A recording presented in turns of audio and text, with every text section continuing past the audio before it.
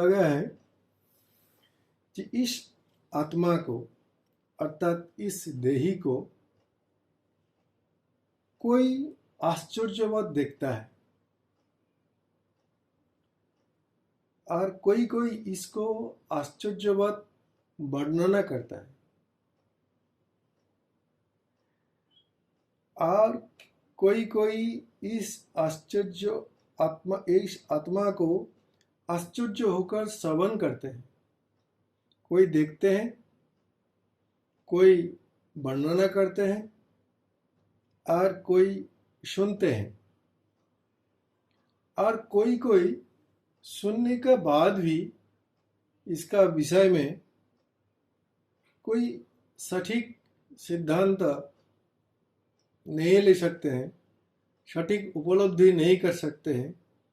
इसका भी कारण है, भगवान कृष्ण बोल रहे हैं, इसका कारण यही है कि आत्मा दुर्विज्ञ, आत्मा को जानना असंभव तो नहीं है, लेकिन बहुत पुरुषार्थ सापेक्ष है, मुश्किल है तो सब कुछ यही। लेकिन हम लोग देहों का परिचय से इतना परिचित है कि देह का अंदर देही को समझना हमारे लिए मुश्किल होता है, क्योंकि हमारा मन बुद्धि सब देही में ही लगा हुआ है और जो हम देख देख के आते हैं अतीत को, ये सब देही निर्भर है, देह निर्भर है। ये जो संसार, सभ्यता, समाज, परिवार, ये सब देह निर्भर परिचिति है और जेहेतु ये देही का ज्ञान है, इसीलिए देह में देही सदा रहते हुए भी देही का उपलब्धि मुश्किल हो जाता है। चलिए, वो तो तत्व है, लेकिन आज कुछ आश्चर्यवत पश्यति कश्चिदेन, कोई कोई इस आत्मा को आश्चर्य होकर देखते हैं। ये जो पश्यति है, ये पश्यति का बहुत सारे मीनिंग है। एक है देखना, जैसे कि आंख से देखना, और एक है अपने आप को देखना।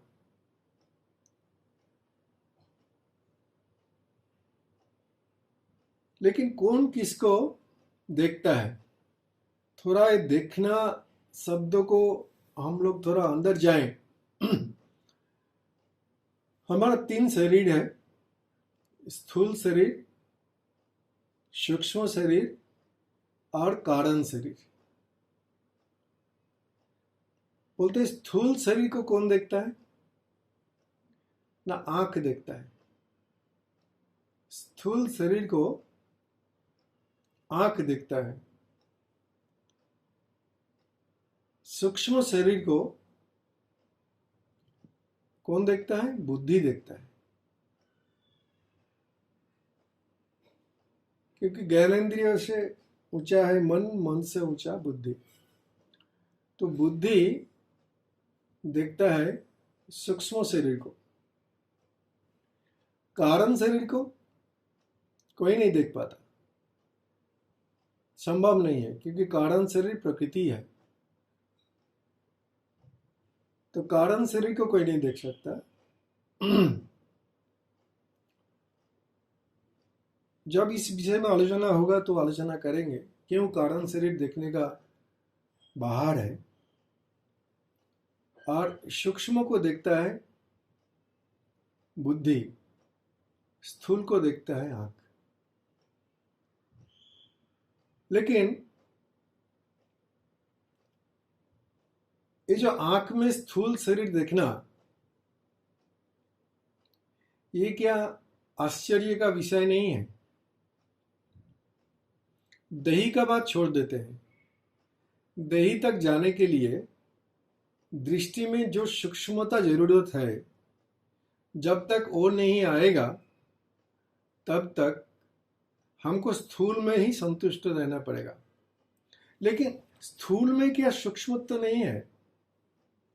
जिस ढंग से आप हमारा शरीर को देखते, आप मेरा शरीर देखते हैं, मैं आपका शरीर देखते हैं, इसी दृष्टि से अगर एक विज्ञानी, अगर एक डॉक्टर शरीर को देखे, तब क्या औषध का आविष्कार होगा? तब क्या ये जो विभिन्न सारे चीज जिसको हम देखते हैं, टीवी, कंप्यूटर, लैपटॉप, मोबाइल, ये आविष्कार होगा? नहीं होगा। वो लोग इस स्थूल जगत को भी सूक्ष्म भाव से देखते हैं, इसीलिए उनके लिए नया नया उद्भावन, आविष्कार संभव होता है। क्या स्थूल बुद्धि को स्थूल दृष्टि से देखूं? स्थूल जगत को व स्थूल शरीर को क्या सूक्ष्मता से नहीं दिखा जा सकता है? नहीं देख सकते हैं। अगर हम इस स्थूल शरीर को भी सूक्ष्मता से देखेंगे तो जो होगा वो होगा आश्चर्य। हम आश्चर्य हो जाएंगे। अगर इस स्थूल दृष्टि, स्थूल शरीर को भी हम सूक्ष्मता से देखें, देखने का कला सीख जाएं। ठीक है, हम देही तक दृष्टि नहीं लिया, दृष्टि को देह में ही रखा, लेकिन अगर देह को भी हम सटीक से देखें तो आश्चर्य हो जाएंगे।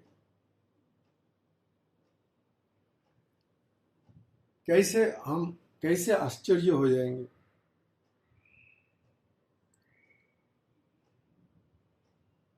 हमारा ये जो स्थूल शरीर,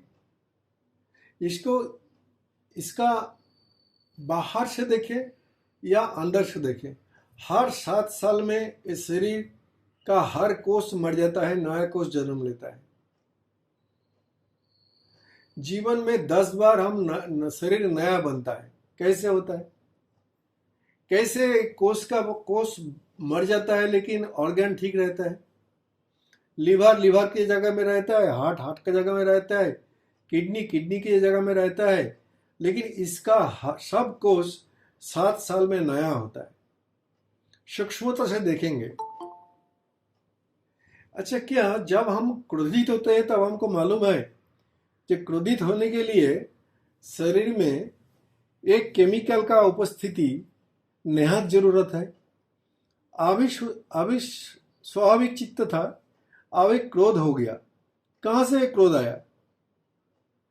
क्या एक क्रोध खाली मानसिक वृत्ति है या शरीर में भी इसका कुछ चाहिए? तो वैज्ञानिक लोग बोलता है चाहे बहुत कम परिमाण में क्यों ना हो, लेकिन हमारा रक्त प्रवाह में कुछ केमिकल्स आ जाते हैं और वही हमारा अंदर क्रोध पैदा करने के लिए, काम पैदा करने के लिए, लोभ मोह पैदा करने के लिए सहायता देते हैं। और वो इतना स्मॉल क्वांटिटी में है। हाँ अग्रवाल साहब, शिवम थोड़ा म्यूट करेंगे? प्रदीप जी, सॉरी दादा। तो क्या हुआ, स्थूल को भी आप सूक्ष्मता से अगर देखेंगे तो आश्चर्य होना पड़ेगा, क्योंकि स्थूल में तो सूक्ष्म छिपा हुआ है, लेकिन हम लोग खाली शरीर को देखते हैं। और किस लिए देखते हैं? क्योंकि हम कंपैरिजन करते हैं, हम जीते हैं कंपैरिजन का ऊपर। कोई पुरुष है कि स्त्री है, अच्छा है कि बुरा है, या बात करने का लायक है कि नहीं है, या अगर परिचित है तो उसके बारे में कुछ राग या द्वेष, हमारा दृष्टि यहीं तक जाता है। लेकिन अगर उस स्थूल शरीर का पीछे भी हमारा थोड़ा इनर विजन होता तो हमको सृष्टि का खेल लगता। एक आंख खाली अगर बाहर से कोई पैदा करे तो कितना करोड़ रुपया खर्चा होगा और कितना बड़ा फैक्ट्री बनाना पड़ेगा। अरे एक आंख क्या क्या मरवेला चीज करता है। अगर आप आंख को भी थोड़ा सा सूक्ष्म दृष्टि से देखेंगे तो वो आँख का वो जो कुछ चीज गिरने के लिए आया तो आँख आपे आप बंद हो जाता है। आँख का पलक झपकते आँख बंद हो जाएगा और वो अपने को प्रोटेक्ट कर लेगा। जब आप अंधकार कर देंगे, कुछ देखने का नहीं है, आँख आपे आप बंद हो जाएगा। आलोक देंगे, आँख आपे आप खुलेगा। सोने का टाइम आँख कुछ देखने का जरूरत नहीं है, आँख अपने आप आपको अपने को बंद कर देगा। आपका कोई एफर्ट की जरूरत नहीं है। आपको नींद आया मतलब आँख बंद हो जाएगा। ये तो खाली आँख का पर्दे के। आपको कुछ दुख हुआ तो आँख से पानी झरने लगता है। वो पानी कहाँ रहता है? आँख का पानी कहाँ रहता है? अगर वो दुख ना हो तो पानी कहाँ रहता है? कहाँ से आता है वो पानी? लेकिन दुख है तो आदमी कभी 1 घंटा भी रोता है तो कम से कम 200-300 ml आंसू निकल ही जाता है। कहाँ रहता है इतना पानी? ये अगर सूक्ष्मता से देखेंगे तो सब कुछ आश्चर्य है। अगर आंख को देखने के लिए आप जाएंगे, कैसे इसका लेंस काम करता है, उल्टा छवि को बनाता है, ब्रेन को भेजता है, ब्रेन इसको अपना जो गैलरी है, पिक्चर गैलरी है, जो उसका स्टूडियो है, वहां से अपने को मिला लेता है और सामने व्यक्ति को आइडेंटिफाई करता है कि ये कौन है। ये मिश्रो भाई है या कुसुम जैन है। वो with in fraction of seconds क्या केमिकल यहाँ से दृष्टि पड़ा चेहरा में, वहां से यह आया इमेज, उल्टा इमेज आया, वो फिर इलेक्ट्रिक एनर्जी में कन्वर्ट हुआ, नर्व में गया, नर्व फिर ब्रेन में गया, ब्रेन फिर सर्च किया, सर्च करके मेमोरी से मिलाकर फिर ब्रेन को भेजा, ब्रेन एक इम्पल्स भेजा और मन को बोल दिया कि ये सामने वाला आदमी अमुक है। तो ये जो हजार लाखों काम हम खाली सोचते हैं कि हम देख लिया, देखकर जान लिया कि दादा आया है। लेकिन दादा को दादा समझने के लिए अगर आंख को क्या करना पड़ा, और आंख और बुद्धि का, आंख और मेमोरी का, ब्रेन का कितना सिंक्रोनाइजेशन से, कितना समन्वय से एक देखना फलित होता है। अगर हम देखने को भी ठीक से देखें, खाली ना देखें, देखने का प्रक्रिया को भी देखें कि ये देखने का प्रक्रिया कैसे संभव होता है। अरे देखकर आइडेंटिफाई करना कि ये योग है, वो या अगर विपद है, अगर सांप आ गया तो विदाउट थिंकिंग आदमी जंप कर जाता है। कहां से ये इंस्टिंक्ट होता है कि सांप से हमारा डर है। जैसे वो दृष्टि में आ गया, आप चाहो ना चाहो, योर बॉडी विल रिएक्ट। आपको सोचने का टाइम भी नहीं है, your all organs will react. ये सब कैसे आता है रिएक्शन? कैसे ये स्थूल शरीर बोलने के लिए स्थूल है, लेकिन कितना सूक्ष्मता से शरीर बना है। अगर शरीर बनाने का सूक्ष्मता को हम थोड़ा ठीक से देखें तो शायद हमारा दृष्टि में सूक्ष्मता प्राप्त होगा और वो शरीर को देखने के लिए उपयुक्त होगा। क्योंकि शरीर तो सबसे सूक्ष्म है, वो तो शास्त्र बोलता है देखने का योग्य भी नहीं है। उनको तो इस आंख से दिखता ही नहीं है, उनको दिखता है ज्ञान चक्षु से। लेकिन जब तक दृष्टि स्थूल रहेगा तब तक ज्ञान चक्षु मतलब सूक्ष्म चक्षु, जिसमें सूक्ष्म से सूक्ष्म चीज दिखता है। तो एक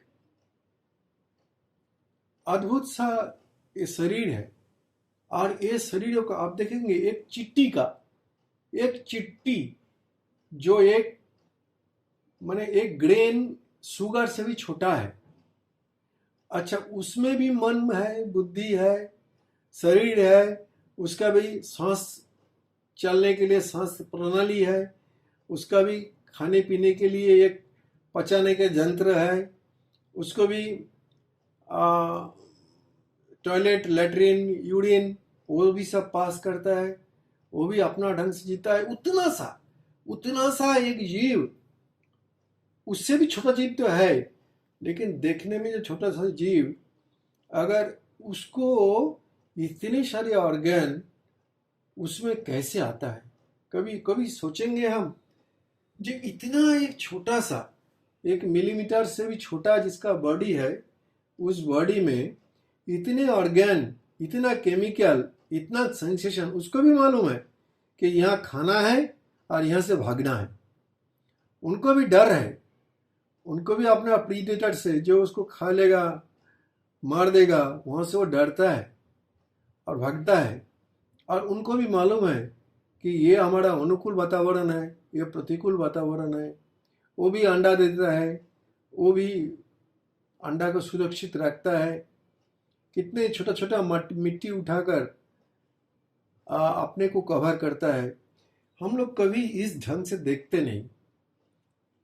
एक पेड़ को अगर देखें, एक पत्ता को देखें, एक फूल का खिलना देखें, एक छोटा सा बीज से कैसे एक बड़ा फल होता है, अगर इस प्रक्रिया का हम देखें, तब आहिस्ता आहिस्ता हमारा मन में विचार आएगा और बुद्धि का सूक्ष्मता आएगा। लेकिन अगर हम खाली स्थूल में देखें, ये पेड़ है, इसमें फल है, काटो खाओ, और इसमें फूल है, तोड़ो घर में रखो, लेकिन वो फूल का सुवास कहाँ से आया, कैसे आता है? उस पेड़ के पास ही दूसरा एक पेड़ है जिसमें बदबू होता है। अरे फूल वाला स्मेल में उसी मिट्टी से कितने कैसे खुशबू होता है। मिट्टी का कौन सा अंशों में वो खुशबू रहता है, हमको तो मिलता नहीं मिट्टी से वो खुशबू, लेकिन वही मिट्टी जब फूल होकर खिलता है तब खुशबू ले आता है। कहाँ रहता था? वायुमंडल में था, पानी में था, मिट्टी में था, कहाँ था वो खुशबू? लेकिन फूल ले आता है। कभी हम इस दृष्टि से सृष्टि को देखते नहीं। We have some utilitarian value of the world. हमको किससे क्या काम लेना है, उसी का हिसाब से हम जगत को देखते हैं। बस इससे हमको क्या काम लेना है, नौकरानी से ये काम लेना है, नौकर से ये काम लेना है, हस्बैंड से ये काम लेना है, वाइफ से। उसीलिए हमारा अंदर ये जो काम, क्रोध, लोभ, मोह, मात्सर्य का इतना जो परिमाण होता है, परिमाप होता है, ये है स्थूल दृष्टि के लिए। हम लोग दृष्टि में अगर सूक्ष्मता ले आएंगे, अगर ठीक से देखना शुरू करेंगे, अगर पूरा प्रक्रिया का बारे में हमारा नॉलेज जाएगा, तो हमारा इतना राग देश का एक्युमुलेशन नहीं होगा। ये जो राग देश का एक्युमुलेशन, सवाल जवाब का, झगड़े का, एक बात बोला तो हम 2 बात बोलूं, क्योंकि वहीं तक ही हमारा बुद्धि का यूटिलाइजेशन है कि वो हमको एक गाली दिया तो हमको 3 गाली ढूंढना पड़ेगा उसको देने के लिए सुइटेबल। हम ऐसे जिए हैं, लेकिन वो गाली देने वाला आदमी का गाली कहाँ से आया? गाली देने का पहले उसका शरीर में कौन सा उत्तेजना हुआ, कौन सा केमिकल का फैलाव हुआ, जिसको हम तमोगुण बोलते हैं। वो तो सत्व में था, अचानक तमो में कैसे चला गया, और उसका तम का प्रभाव मेरा अंदर कैसे, वो एक गाली दिया तो हम भी राजू या सत्व में थे, लेकिन अचानक हम भी तम में आ जाते हैं और उसको 2 सुइटेबल गाली दे देते हैं। 1 सेकंड भी लगता नहीं है। हम कौन सा अवस्था में थे मानसिक, और फटाफट तामसिक में आकर वो गाली को लौटा देते हैं। ये कैसे संभव होता है? और अगर गुण का दृष्टि से देखें तो रजो सत्व तम हो गया, लेकिन अगर फिजिकल दृष्टि में देखें, अगर स्थूल दृष्टि में भी सूक्ष्मता से देखें, तो शरीर में एक केमिकल अचानक ब्रेन एक केमिकल बना देता है। जो क्रोधी आदमी है उसके लिए वो क्रोध वाला केमिकल बहुत ज़्यादा रहता है और बहुत जल्दी ब्लड स्ट्रीम में मिल जाता है। और जो स्थितधि है, जो ज़्यादा का गुस्सा होता नहीं, कम गुस्सा होता है, उसमें वो केमिकल भी कम होता है, केमिकल का सिक्रीशन भी कम होता है, केमिकल का यूज भी कम होता है। तो एक अगर स्थूलता के दिक में देखेंगे तो एक क्रुद्ध आदमी और एक प्रेमिक आदमी दोनों का ब्लड का अगर सैंपल लिया जाएगा और सैंपल का उतना सूक्ष्मता से केमिकल टेस्ट किया जाएगा तो उसका केमिकल टेस्ट भी कुछ पैरामीटर अलग आएगा, कुछ पैरामीटर अलग आएंगे। तो अगर हमारा दृष्टि थोड़ा सा व्यवहार, जगत का व्यवहार चलाने से भी थोड़ा सूक्ष्म होता तो हम पे भी कविता आता, हम पे भी एक सृष्टि आता। सृष्टि आने के लिए सूक्ष्मता चाहिए। जो भी सृष्टि करता है, चाहे गद्य का गद्य लिखे, कवि ने कविता लिखे, वैज्ञानिक ने कोई आविष्कार करे, शरीर के लिए कोई मेडिसिन आविष्कार हो, इसका पीछे है सूक्ष्म दृष्टि और एक मुखी ज्ञान, एक मुखी प्रचेष्टा। कोई भी आविष्कार जो हम लोग क्या बोलते हैं, ईश्वर का देन है, सृष्टिकर्ता का, प्रकृति का देन है। अगर बारिश उसका देन है, अगर फ्लड उसका देन है, तो पक्का घर भी उनका ही देन है, जहाँ रहने से हमको भीगने का डर नहीं रहता है। तो ये जो ईश्वर का जो शक्ति, जिसका माध्यम से हमारा पास ये व्यवहारिक जगत में आता है, उसको एक ज्ञानी आदमी उसमें ईश्वरत्व को देखेगा। वो बनाने वाला को भी, बनकर आने में भी और आने वाला चीज का व्यवहार में भी, सब में ईश्वर देखेगा कि। लेकिन अगर हम सूक्ष्मता से देखें तो ये सब का पीछे एक वैज्ञानिक दृष्टि है, एक एनालिटिकल माइंड है। और ये एनालिटिकल माइंड बहुत ज़्यादा चाहिए ये अद्वैत को समझने के लिए। देही का देखने का विजन, देही को देखने का मन, देही को देखने का बुद्धि और देही को उपलब्धि करने के लिए बुद्धि का जो सूक्ष्मता, ये सब एक साथ नहीं आएगा तो एक खाली दृष्टि में देह ही दिखाई देगा, देही कभी नहीं आएगा, क्योंकि वो सबसे पीछे बैठा हुआ है, लेकिन सर्वव्यापक होकर बैठा हुआ है, सब में है, सब कुछ वही है, लेकिन बहुत सूक्ष्मता से दृष्टि ले जाना पड़ेगा। अगर हमने खाली स्थूल जीवन जिए, जे आहार निद्रा भय मैथुन, और जो भी आहार में मुश्किल आएगा तो क्रोध, मैथुन में मुश्किल आएगा तो क्रोध, निद्रा में कोई मुश्किल आएगा तो क्रोध, असंतुष्टि, निंदा, ये जो सब स्थूलत्व, ये एक आदमी का जीवन नहीं है।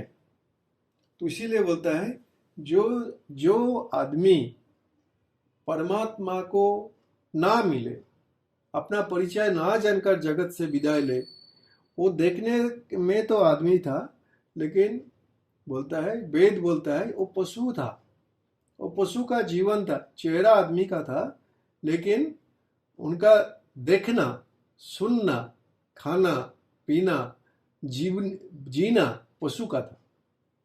पशु का था मतलब क्या कि वो दृष्टि में सूक्ष्मता नहीं ला पाए, विचार में सूक्ष्मता नहीं ला पाए, बुद्धि को सूक्ष्म नहीं कर पाए, बुद्धि को एक मुखी नहीं कर पाए। इसके लिए बोलता है पशु का क्या होता है, उसका भी बुद्धि रहता है, लेकिन वो बुद्धि में ना तो विवेक है, ना तो सूक्ष्मता है, और ना तो उतना गंभीरता है।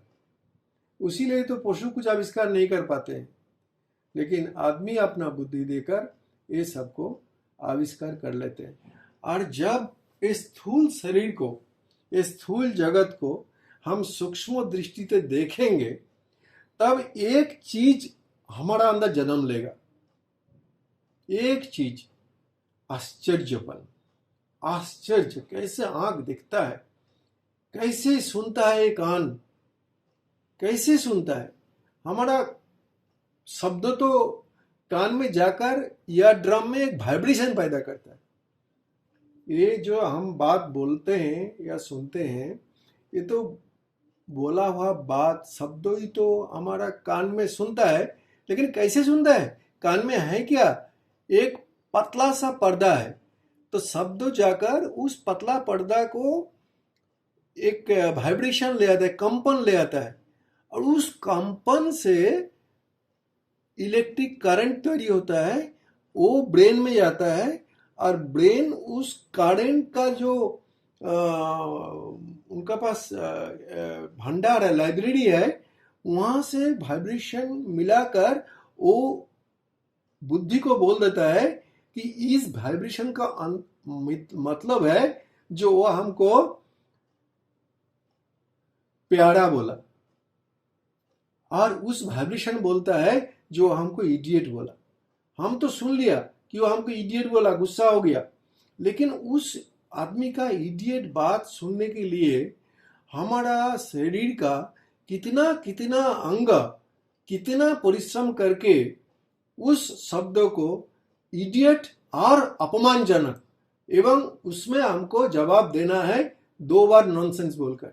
इतना जो प्रक्रिया है, इसमें कितना जो, अगर एक बाहर में फैक्ट्री में होता तो एक घंटा का प्रोसेस होता खाली ये इडियट को सुनने के लिए, क्योंकि ये शब्द तो डायरेक्ट हमारा बुद्धि में नहीं आता है, ब्रेन में तो शब्द नहीं आता है।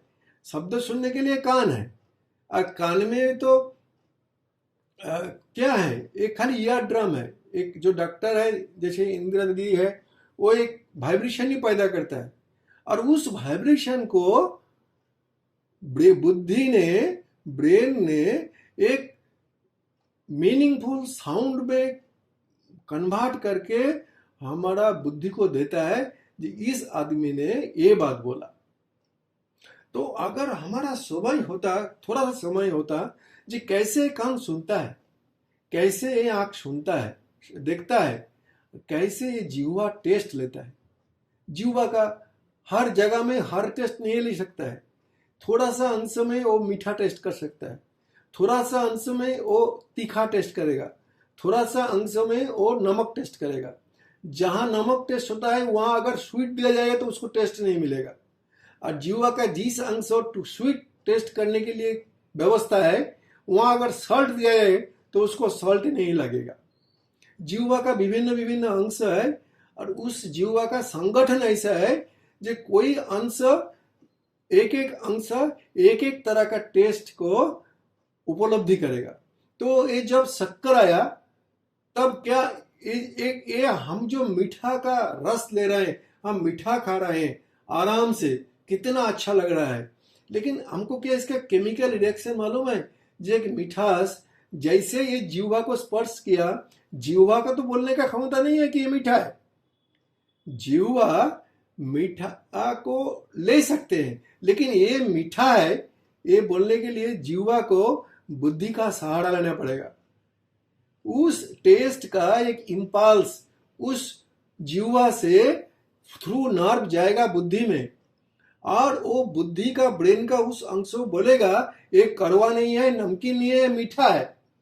तो इसके लिए भी जीवा का और बुद्धि का बहुत सारे सिंक्रोनाइजेशन, कोलाबोरेशन, परस्पर संपर्क, लेना देना एक 10, 25, 50 बार हो जाता है, और हम लोग तो खाता ही बोल देते हैं कि ये गुड़ है, मीठा है, ये चीनी है, मीठा है, लेकिन उतना ही भग्नांश फ्रैक्शन ऑफ समय में ये जीवा का और ये जो स्वाद का लेने के लिए जो टेस्ट बर्ड है, ये टेस्ट बर्ड का कौन सा केमिकल करके बुद्धि में जाकर कौन सा सिंक्रोनाइज होकर ये मीठा को मीठा लगा, और मीठा को मीठा बोलकर डिटरमाइन हो गया, और हमको अच्छा लगने लगा।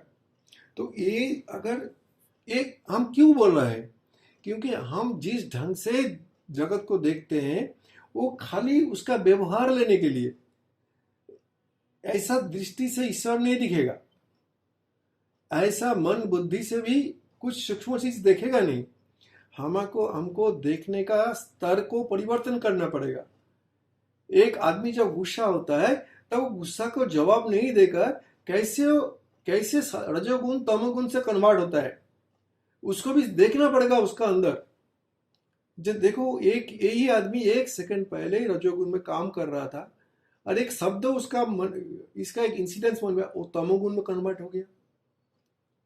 ये हम बोलते हैं कि तमोगुण का प्रक्रिया ये है, रजोगुण का प्रक्रिया है, अर्थात रजोगुण तमोगुण सत्वगुण को भी हम बहुत स्थूल रूप से देखते हैं।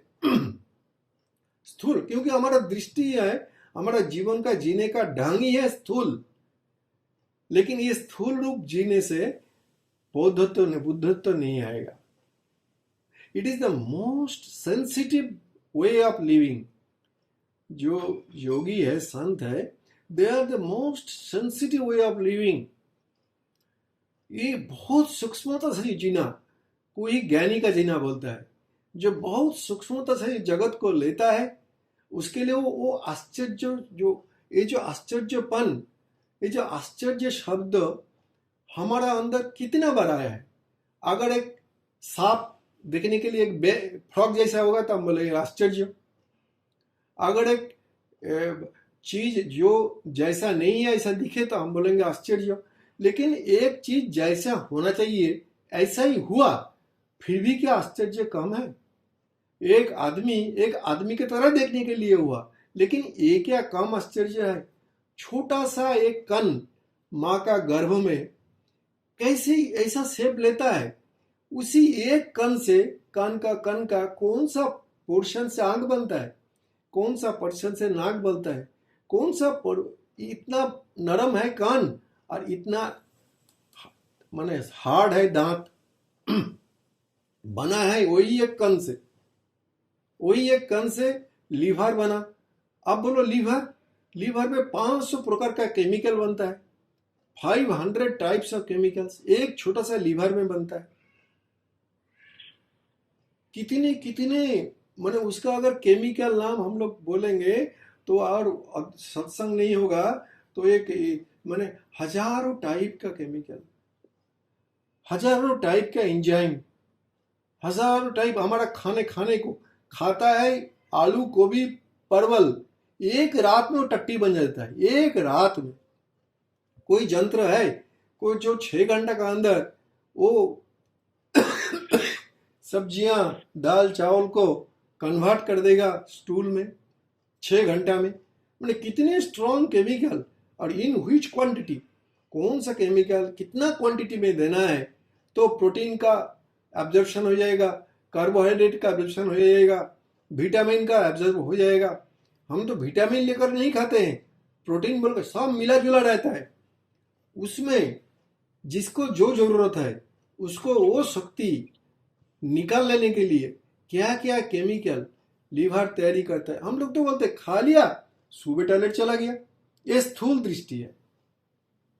कोई ना कोई इस प्रक्रिया को सूक्ष्म दृष्टि से देखा है जी, क्या कैसे खाना मतलब क्या है, खाना मतलब क्या है, वो कहाँ जाता है, कैसे पाकस्थली में जाता है, पाकस्थली में जाने के बाद क्या क्या मिलता है, उसके लिए वो लोग डॉक्टर बना। उसके लिए हम लोग जो लंबा जीवन जीते हैं 70 साल 80 साल, ये फिजिकल लाइफ, तो जो डॉक्टरों में दवा का या योग प्राणायाम वो भी तो विज्ञान है। तो वो लोग भी शरीर को देखा है ना, एक योग एक सांस लेफ्ट से लो तो क्या होता है, राइट से लो तो क्या होता है, वो गंभीर से लो तो क्या होता है, कम से लो तो क्या होता है। ये जो विभिन्न योग प्राणायाम मुद्रा आसन ये सब निकला है, ये क्या विज्ञान नहीं है? ये क्या स्थूल दृष्टि से हुआ है? ये क्या जैसे हम देखते हैं आपको, आप हमको देख लिया, जो हमको लेना था आप ले गए चले गए, जो आपसे लेना था हम ले गए, बस इतना ही तो हमारा जीवन है, इतना ही तो हमारी जिंदगी है। सूक्ष्मता नहीं है बोलकर वो जो एक्सटर्नल जो एनिमिकल जो विरुद्धपंथी राग देश काम क्रोध लोभ मोह मात्सर्य ये सब ज्यादा, क्योंकि जिस बुद्धि थोड़ा लगाना था वो प्रक्रिया में, और कैसे देह में विदाउट देही यह संभव नहीं है। अगर आप देह का प्रक्रिया में देखेंगे, अगर आंख का प्रक्रिया में देखेंगे तब जरूर हम लोगों को ज्ञान होगा कि किसी एक शक्ति का सहारा ना लेकर आंख देख नहीं सकता, ऑफ इट्स ओन संभव नहीं है, क्योंकि इतना जटिल प्रक्रिया है देखने का, इतना जटिल है प्रक्रिया, देखने का, सुनने का, सूंघने का, लाख हजार टाइप ऑफ स्मेल तेरा नाक में सूंघ में हम बोल देगा ये क्या है, सूंघ कर क्या कैसे बोलता है। एक एक आपेल को सूंघता है तो आपेल तो हमारा नाक का अंदर घुस नहीं जाता है, बुद्धि ब्रेन तक घुस नहीं जाता है। उसी का आपेल का एक एरोमा होता है। वो एरोमा क्या है? वो आपेल का कौन सा अंश में रहता है? वो जो एरोमा हमारा नाक में जाता है एप्पल का, एक आम का, वो कौन सा एरोमा है? कहां से आता है आम को? जो सूंघने से आंख बंद करके हम बोल देंगे कि यह आम है। सोचा है कितनी बार प्रक्रिया इसमें काम किया है। अगर हमारा सोचना, चिंता करने का वृत्ति पैदा ना हो, अगर हमारा पश्यति का माने क्षमता का व्यवहार ना हो, अगर हमको देखना ही नहीं आएगा, ये क्या, एक आदमी को एक आदमी बोलना, ये क्या देखना हुआ? एक आम को एक आम बोलना, ये क्या देखना हुआ? इस देखने से क्या होता है? खाली भोग होता है।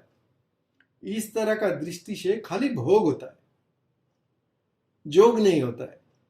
जोग के लिए दृष्टि को, बुद्धि को सूक्ष्म करने से देखेंगे। आंख आश्चर्य, नाक आश्चर्य, जीवा आश्चर्य, कान आश्चर्य, एक लोम भी आश्चर्य, एक एक रोम भी शरीर में जो हरा हुआ है ये आश्चर्य। कैसे? हवा में ऑक्सीजन है, हवा में ऑक्सीजन है, हम तो उससे कैसे ऑक्सीजन लेते हैं? कैसे? वो एक भाग ऑक्सीजन, 4 भाग कार्बन डाइऑक्साइड, नाइट्रोजन, वो उसको छान कर लंग्स खाली ऑक्सीजन ले जाता है। कैसे?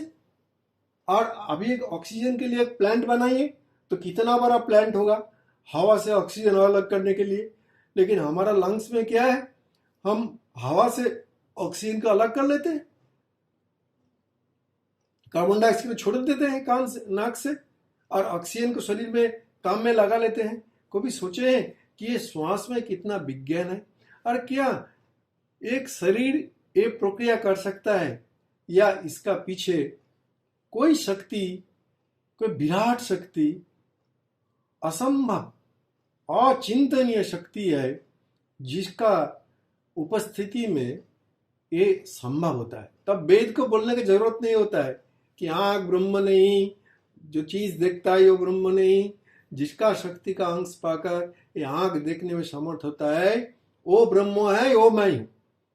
लेकिन कहां तक दृष्टि का उस जो जो ये वेद में जो इस संत ने, जो ऋषि ने लिखे, तो वो आंख से संतुष्ट नहीं हुआ, आंख का देखने का शक्ति से संतुष्ट नहीं हुआ, देखा जाने वाला विषय से संतुष्ट नहीं हुआ, देखने का प्रक्रिया से संतुष्ट नहीं हुआ।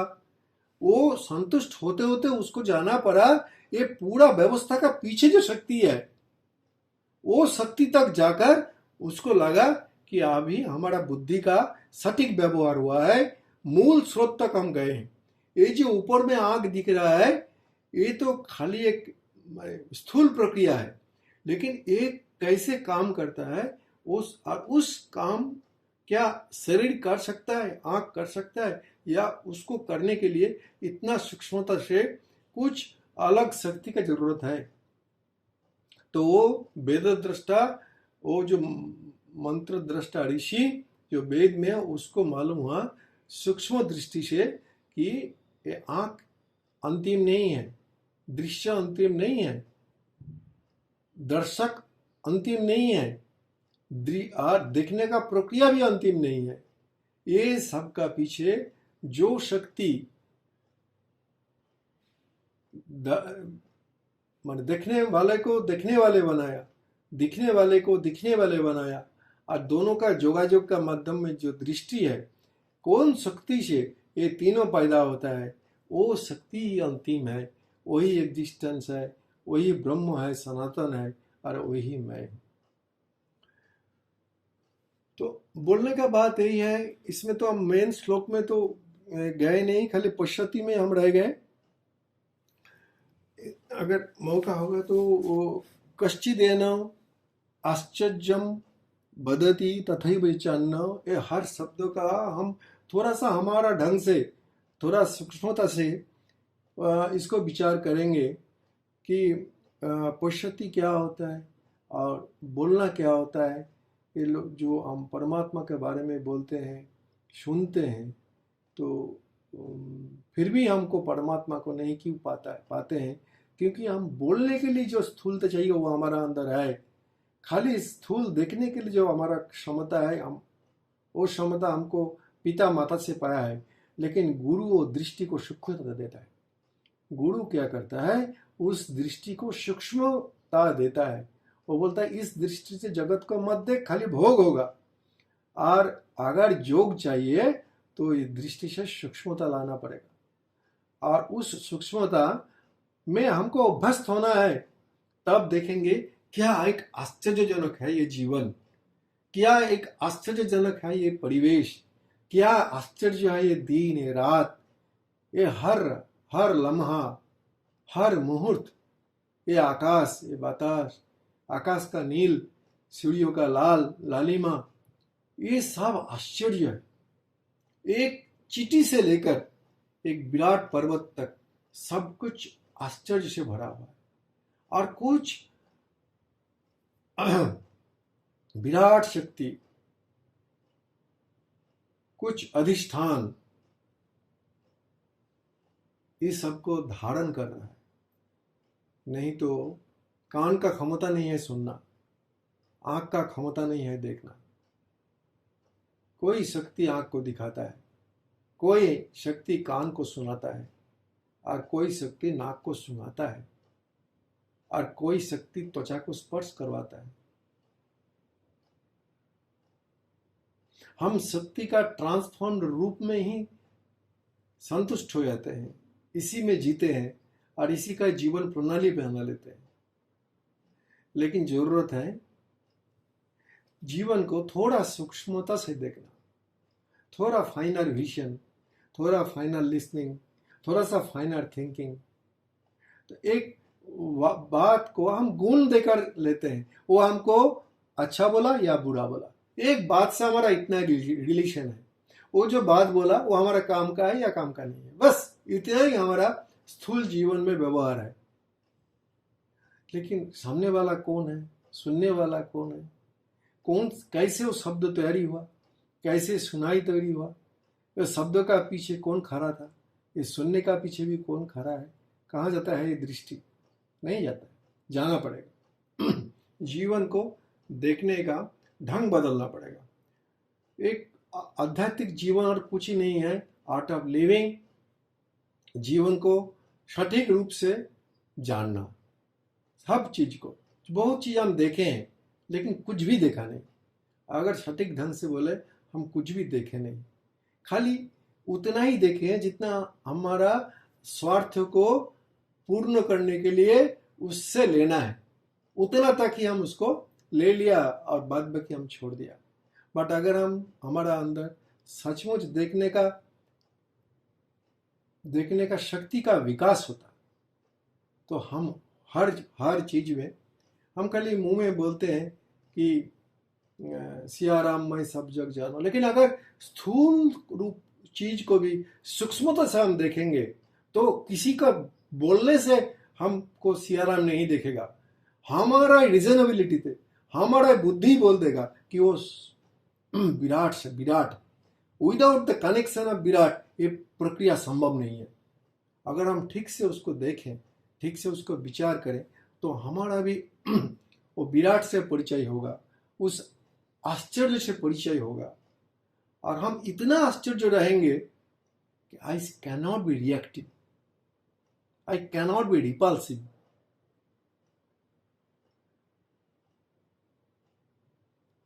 हमारा शरीर से खाली राग देसी पैदा नहीं होगा, क्योंकि हमारा शरीर जिस स्तर में जाकर घुसेगा उस स्तर में राग देश पैदा संभव नहीं है। ये बहुत पेरिफेरियल लुकिंग से होता है, ये बहुत बाहर का दृष्टि से ये राग देश पैदा होता है। थोड़ा सा अगर धैर्य रहे, थोड़ा सा अगर सूक्ष्म दृष्टि रहे, थोड़ा सा अगर स्थूल का अंदर बैठा हुआ सूक्ष्म तक हमारा दृष्टि का गति हो, तब कोई वेद गीता उपनिषद को बोलने की जरूरत नहीं है, हमारा अंदर ही वो ध्वनित होगा। क्या आश्चर्य, किम आश्चर्य, क्या आश्चर्य।